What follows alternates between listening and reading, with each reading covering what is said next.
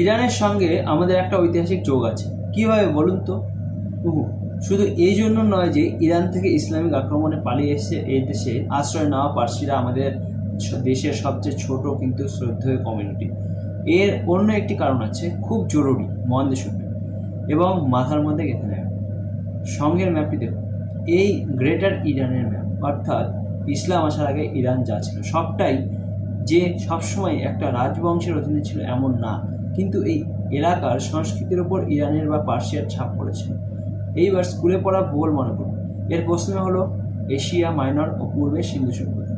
এবার ম্যাপ মন দিয়ে দেখলে দেখতে পাবেন যে এর আওতায় পড়েছে লেভেন্ট অর্থাৎ বর্তমানের মিডল ইস্ট, মেসোপটেমিয়া এবং ককেসাস অঞ্চল, এবং সব রাজবংশের একেবারে সীমানার মধ্যে না থাকলেও সীমানার আশেপাশে অর্থাৎ যে অংশে একটা সভ্যতার ছাপ পড়ে তার আওতায় পড়েছে অন্তত 5টি প্রাচীন সভ্যতা: ভারতীয়, জৈনিক, গ্রিক, রোমান এবং ইজিপ্ট। এর মানে কি দাঁড়ালো? এই যে এই সমস্ত প্যাগান সভ্যতাগুলি নিজেদের মধ্যে সাংস্কৃতিক আদান প্রদান ঘটে এককালে, এবং এদের মধ্যে ঈশ্বরের ধারণা, বিভিন্ন ঈশ্বরের রোল ও অগ্নিকে পবিত্র মানার ধারণা, একরকম টুকরো টুকরো হাজারটা মিল পাবেন আপনি খুঁজলে। ইজিপ্টের দেবতাদের সঙ্গে গল্পের সঙ্গে এমনকি আমাদের দেবতাদের কাহিনীকেও অদ্ভুত মিল। অর্থাৎ আমরা সবাই ছিলাম একই সভ্যতার এক্সটেনশন। মানুষ দল বেঁধে পশ্চিম থেকে পূবে এসেছে, সেখানে সভ্যতার সঙ্গে মিলেমিশে নিজের সভ্যতা বানিয়েছে, সংহত হয়েছে নিশ্চয়ই, কিন্তু কেউ কারোকে মুছে দেয়নি। সিন্ধু সভ্যতার সিলের পশুপতিনাথ, যিনি ইজিপ্টে ওরেসিস, তিনি কোথাও হারিয়ে যাননি, জটাজুত সম্ভূত হয়ে ভারতে রয়ে গেছে। আর পূর্বে জাপানের দাইকোকুতেন হয়ে ইরানের মিত্রা কি আমাদের মিত্র বরুণের মিত্র? তাদের নদীর দেবতা অনাহিতা আমাদের সরস্বতী, ইরানের প্রাচীন দেবতার নামে নমুনা দিন। বাত বা বায়ু, ভেরথ্রাম বা বহরম ব্রহ্মা অর্থাৎ অগ্নিদেব। লম্বা তালিকা, এটুকু বললে যথেষ্ট হবে যে এই সভ্যতাগুলির পাশাপাশি থেকেছে, লড়েছে হয়তো সময়, কিন্তু কেউ কারোকে সাংস্কৃতিকভাবে সম্পূর্ণ মুছে দেওয়ার কথা ভাবেনি। তাদের পক্ষেই সম্ভব ছিল না, কারণ এরা সকলেই একে অন্যের সঙ্গে লতায় পাতায় জড়িত ছিল। এরপর এলো ইসলাম, আধুনিক পৃথিবীর সবচেয়ে বড় কাল, সবচেয়ে ভয়াবহ ভাইরাস। ইসলামের নীতি হলো আমি ছাড়া সবাই সেকেন্ড ক্লাস সিটিজেন এই পৃথিবীতে। ইসলামের পলিটিক্যাল লক্ষ্য হলো সারা পৃথিবী যেন ধর্ম প্রকারণে জয় করা ও ইসলামে কনভার্ট করা। এইবার শুধু ধর্মে কনভার্ট করলেও হয়তো সমস্যা ছিল না, সমস্যা হলো যা কিছু ইসলামের জয় করবে তার চিহ্নও রাখবেন, এটাই তার পদ্ধতি। কারণ এইসব জাহিলিয়াতের চিহ্ন, সেই সব অভ্যপদের পদ্ধতি, ফলে প্রাচীন মূর্তি, মন্দির, ধর্মীয় পুস্তক, তার যে কোনো চিহ্ন, যেমন পোশাক, তিলক, পৈতে, খাদ্যাভ্যাস, সাংস্কৃতিক নিয়মকানুন, সব কিছু ধ্বংস ইসলামের ফরজ অর্থাৎ উচিত কাজ। এইখানে এসে শুরু হলো পৃথিবীর সমস্যা, সভ্যতা সংকট।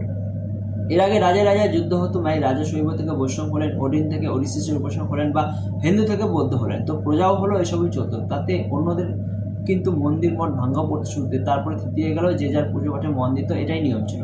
সেই জন্য ইলোরার হিন্দু, বৌদ্ধ, জৈন গুহা পাশাপাশি পাওয়া যায় অবিকৃত রূপে। দক্ষিণে শৈব চোল রাজার বোন বৈষ্ণব মন্দির আর জৈন মঠ নির্মাণে দান দেন প্রসাদে বসেই থাকে। ইসলামে সেই নিয়ম পাল্টে দিল সম্পূর্ণভাবে। ইসলাম প্রাচীন সভ্যতার চিহ্নটুকু অবধি রাখলো না কোথাও, যেখানে যেখানে গেল দরবারে এনে প্রাচীন সমস্ত সভ্যতা ধ্বংস করলো সমূলে। ইসলাম ইরানে এসেছিল 7ম শতকে, এলো এবং ইরানের সমস্ত প্রাচীন সভ্যতার চিহ্ন ধূলিসাৎ করে দিল। অগ্নির উপসাক পার্সিরা তাদের সামান্য কিছু মানুষজন আর পবিত্র অগ্নিকে নিয়ে জাহাজে করে পালিয়ে এলেন ভারতে, বাকিরা কুচকাটা হলেন। খ্রিস্টপূর্ব 5ম শতাব্দী থেকে ধীরে ধীরে তৈরি হওয়া সভ্যতার সম্পূর্ণ চিহ্ন মুছে গেল ইসলামের দরবারি জায়গাতে। অন্তত 1200 বছরের কন্টিনিউয়াস সার্ভিসিং সভ্যতা মুছে গেল পৃথিবীর মুখ থেকে। আজ মহাকাল এক অদ্ভুত খেলা খেলছে ইরানিরা রয়েছে ইসলামের বিরুদ্ধে। ইরান আয়াতোল্লাহর ইসলামী শাসনের তীব্র বিরক্ত। তারা গত কয়েক বছর ধরেই বারবার পথে নেমে এসেছে এই রেজিমেন্টের বিরুদ্ধে। মেয়েরা মাথায় হিজাব খুলে আগুনে পুড়িয়েছে, মাথায় চুল কেটে পতাকা উড়িয়েছে আকাশে। ইসলামের মাথা মুখ ঢেকে রাখার নিয়ম তারা মানবে না। আজ ইরানের একের পর এক শহর, কিশোর আর যুবকেরা পুলিশের সামনে দাঁড়াচ্ছে আয়াতুল্লাহ রেজিমেন্টের আগের পতাকা নিয়ে, তাদের সিংহ আর সূর্যচিহ্ন আঁকা। কলবি বংশ রেজা শাহের পতাকা নিয়ে। রেজা শাহকে ইসলামিস্টরা এই কারণেই দাঁড়িয়েছে যে তাদের শাসনে প্রপার ইসলাম ফলো করা হচ্ছে না। সিংহ এবং সূর্য আসল প্রাচীন পার্শ্বিক সভ্যতার চিহ্ন, প্রযুক্তিতে বদলে দিয়েছে পতাকা। আজ ইরান সেই পতাকা নিয়ে লড়ছে ইসলামের বিরুদ্ধে। কালের পরিহাস। আমরা আরেক প্রাচীন সভ্যতার ভূমি থেকে ইরানকে শুভেচ্ছা পাঠালাম। আরেকবার যদি ম্যাপটা দেখবেন ইসলামের অবাধ জয়যাত্রা এসে শেষ হয়েছিল পূর্ব সিন্ধুর তীরে। 632 খ্রিস্টাব্দে মোহাম্মদ সাহেবের মৃত্যু, 636-এ ইরান প্রধানত হয় ইসলাম। কিন্তু ভারতবর্ষ এখনও জুটছে। এখানে মাথা নোয়ায়নি কোটি কোটি লক্ষ প্রাণ যাওয়ার পরেও, মূর্তি মন্দির ধ্বংস হওয়ার পরেও, হাজার হাজার ধর্মঘট জ্বলে যাওয়ার পরেও ভারতবর্ষ ইসলামী শাসনভুক্ত হয়নি। তাই আমরা ইরানের যন্ত্রণা বুঝি। আমরা যারা এই তলোয়ারের সামনে বারবার বুক পেতে দিয়েছি সভ্যতা বাঁচাতে, আর জানি কতখানি সাহস লাগে মৌলবাদী ইসলামের সামনে বুক চিতিয়ে দাঁড়াতে, আমরা আমাদের শুভেচ্ছা জানাই। আপনারা সফল হন, অসভ্য বর্বর আয়াতুল্লাহ শাসনের উপরে ফেলতে সফল হন, চিরকালের মতো মৌলবাদী শাসনকে দূরে ফেলতে সক্ষম হন। আপনাদের সূর্যদেব মিত্র সিংহর আহুর মাজদার অবশেষ চিহ্নিত পতাকা দীর্ঘজীবী হোক। জাভেদ এরা শাহ, ইরানের ভূমি জয়যুক্ত হোক।